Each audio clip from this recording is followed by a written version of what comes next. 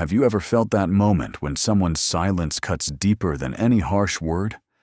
There's no fight, no confrontation, just a form of violence that erases you from the room as if you'd suddenly become invisible. You try to say, "Good morning," but you're met with a cold stare that chills you to the bone. At work, at home, even during what should be relaxing gatherings, you realize your very presence is uncomfortable, and no one tells you why. The air seems heavier. Your breath shortens. You physically try to shrink, to fit into a space where you're no longer welcome. This type of aggression doesn't leave marks on your skin. Instead, it carves scars deep inside your memory. The silence around you doesn't bring peace. It's rejection, hidden beneath daily routines, sliding through conversations, and mocking your need to belong. Maybe you've had one of those days where you walk in, happy for no special reason, only to be hit by the unmistakable feeling that you'd hardly be missed if you never showed up.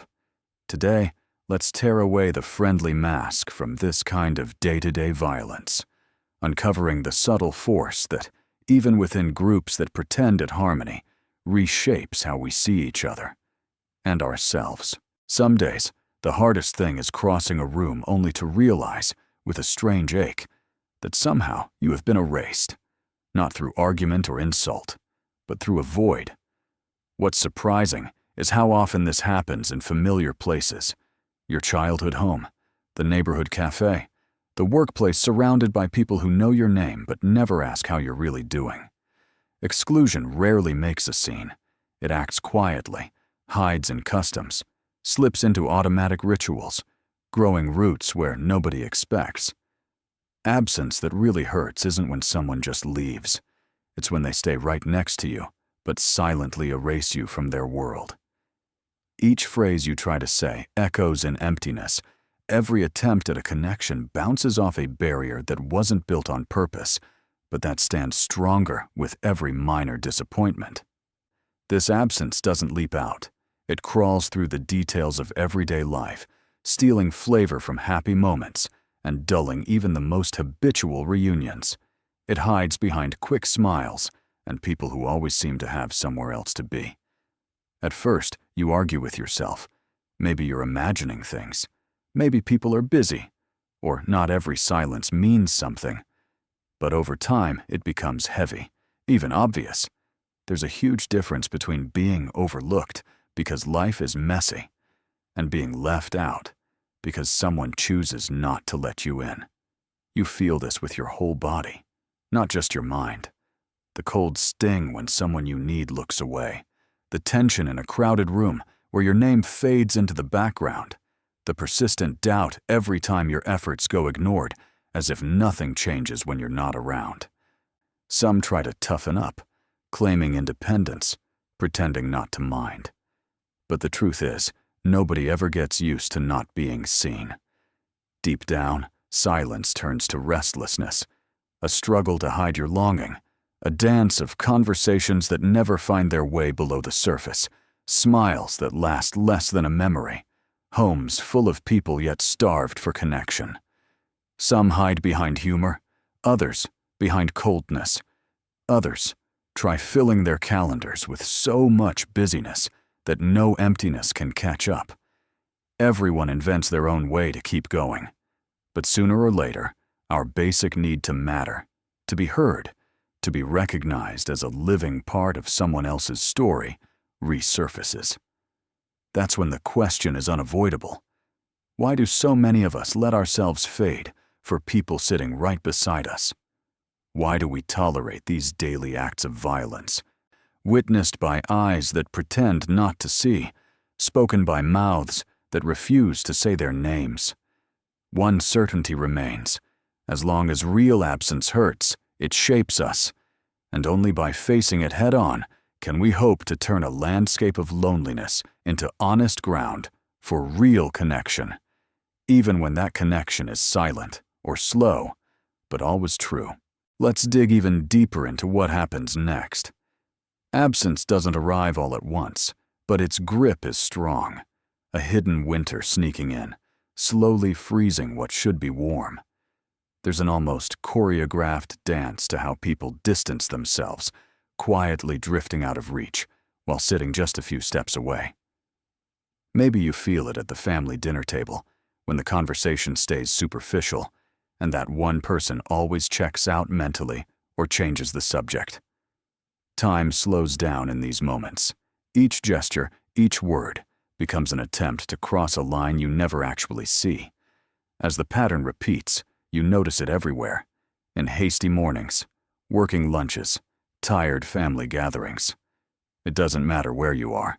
This kind of absence sets the tone. People call it shyness, or chalk it up to someone's personality. But if you feel it, you know it's much more. Silence is never neutral. It's a choice, often unsaid, to guard something precious. Maybe it's an identity scarred by past hurts. Maybe it's a need to always feel safe, even if that means shutting out the world. The result is a tangle of doubts and insecurities, easily felt, but rarely named aloud. Long relationships reveal how subtle this can be. Over the years, small moments of distance pile up, a cold gesture, a vague answer, until someone who once seemed familiar starts to feel like a stranger sharing your home. Care turns into habit. Affection shrinks to politeness. What used to happen naturally becomes a conscious effort. Absence stealthily becomes a wall, hard to explain, impossible to ignore. It's not always about lack of love. Often it's just years of unresolved fears, missed connections. Old promises faded into background noise. The more you try to break through, the more the distance grows, nourished by the frustration of wanting nothing more than to be embraced and seen. This cycle runs from sidelong glances to abandoned conversations. You try to connect, but every chat hovers at the surface. Shopping lists, small talk about weather, anything to avoid deeper ground. If a topic gets close to anything real, old defense kicks in. A short reply, a quick change of subject, a silence so heavy it almost apologizes for not knowing how to open up. It affects you in your body. The chest tightens, hands fidget, voice catches. You try to belong, to be part of someone else's circle. But all you get is a well-built absence, one that can hurt far worse than outright rejection. Workplaces play out the same scripts together.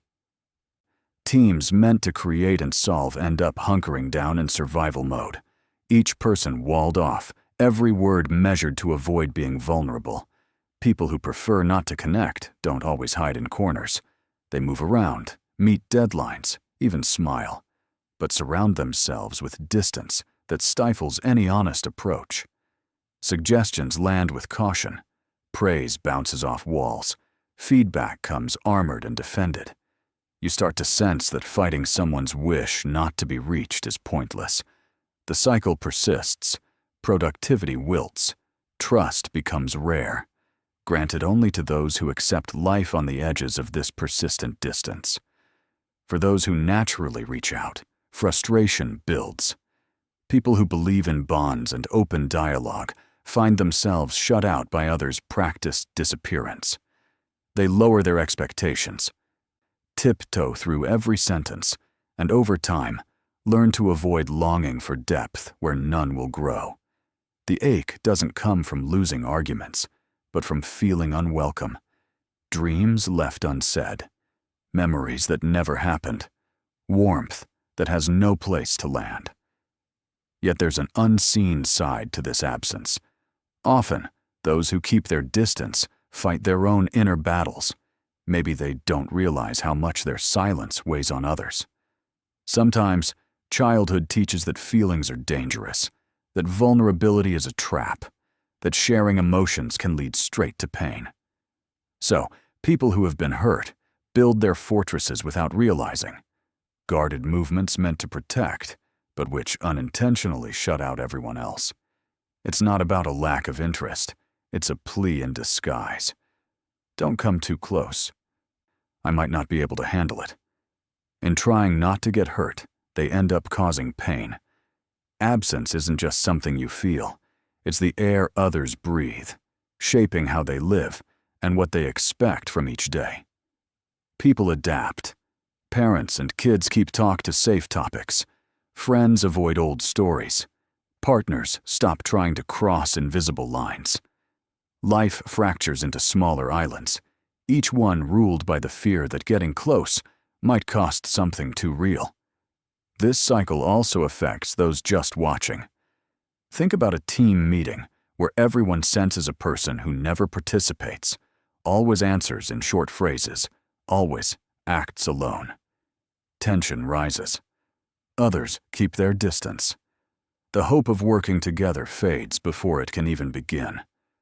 Nobody wins, and it becomes impossible to tell just how to break through invisible limits drawn out of pain that is seldom shared.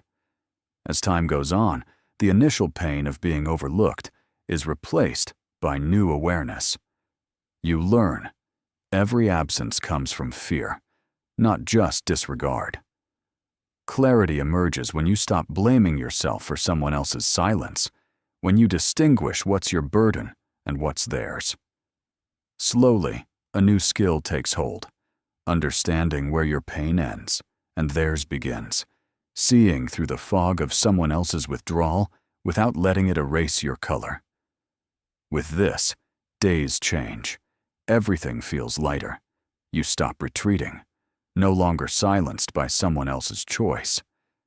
The focus shifts, not chasing external validation, but honoring your own pace and respecting the boundaries set by those not ready for togetherness. Bitterness gives way to learning. The desperate need for acceptance gives way to patient self-care, to a grown-up sort of kindness that expects nothing immediate in return. In family spaces, conflicts lose some heat. You stop pushing when it's hopeless, realize that you can't force dialogue into silent places, and learn to give warmth without expecting it back. This leads to fewer arguments, brings more peace, real living in which everyone finds their spot with less pain and expectation. Among friends, maturity works in strange ways. True friendships survive distance, respect the urge to stop talking, know when to step back. Silence is not a threat, but part of the journey. Not a sentence to isolation, but a pause for breathing. You stop measuring your worth by someone else's attention. Start treasuring what's truly reciprocal and stop wasting energy chasing what cannot be given. When it comes to love, this understanding changes everything. Love is no longer dependency, it's freedom. You accept the other's pace, celebrate their independence, welcome them back without anxiety. Accept that not all secrets are told, not all care is returned. Real love survives absence, grows from trust that, even in silence, it remains where it is genuinely nurtured. At work, this newfound clarity makes life less harsh. You invest where you can, let go of needing constant affirmation. Working with different personalities is less stressful. Boundaries matter, and you don't turn someone else's silence into a personal insult. The daily grind becomes more productive, less tense, more open to honest exchanges. But the greatest gift is personal. The confidence that you are whole, even in places where exclusion is routine. You learn to revalue your own company, build meaning from within, walk forward with quiet strength and a tender kind of courage, ready to meet new people, to listen without losing yourself in the effort to be noticed. The cycle no longer weighs you down. It becomes experience, each episode of absence building your capacity for real presence with others and with yourself. Think about the difference it makes when you truly grasp this silent movement, separating those who welcome others from those who build invisible walls. The power of this insight is immediate, tangible, a kind of freedom that blooms when you stop seeking reasons in your own history for absences that were chosen by someone else. You let go of guilt, learn to name what hurts, and realize with clarity that your worth does not depend on the gaze of those who refuse to see you. By spotting the gestures of silent exclusion, the indifference that wounds, the hollow smiles, the manufactured urgency, the invitations that never come, you free yourself from the cycle of doubts, draining you every day. You stop torturing yourself for trying, leave behind the fantasy that you must always please others, and gently understand that it's okay to protect your heart when the environment doesn't offer true reciprocity. The benefit is instant. Your body relaxes, conversations cause less tension, and you lose the anxiety of feeling out of place where you're not genuinely wanted. This maturity changes family relationships. Conflicts lose dramatic weight. You now sense when to persist, when it's wiser to retreat. Care for your own journey. Respect someone else's pace. And don't see distance as a problem you alone must solve. Honesty doesn't hurt. Presence comes with no strings attached, and living together doesn't depend on approval from anyone not ready or willing.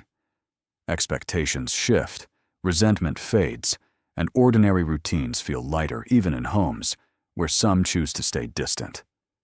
Friendship gains a sharper edge. You start valuing what's real, expecting less depth where there's only convenience. You learn nobody must provide unbreakable bonds. True connections, weather time, absence, and even the awkwardness of growing apart. Silence loses its threat, becomes space for growth. Each person finds room for pauses without fear. Every relationship survives phases with respect. Romantic partnerships transform. Love stops being dependence, becomes liberty. You grant the other their own timing, value your autonomy. Welcome their approach with less anxiety. Accept that not all feelings are voiced, not all care returned in equal measure. Real love can thrive even through absence, growing from trust that, even in quiet moments, it stays rooted where it is truly cherished. Professional life becomes less abrasive. Your energy focuses on things you control. You join in without making acceptance an endless quest. You handle diverse teams, honor boundaries. Don't read someone else's silence as rejection. The rhythm at work gets easier, more fruitful, less draining. Above all, the shift happens inside. You find serenity even in rooms where exclusion is an everyday habit. You renew the value of your own presence, become your own solid company, generate meaning from within.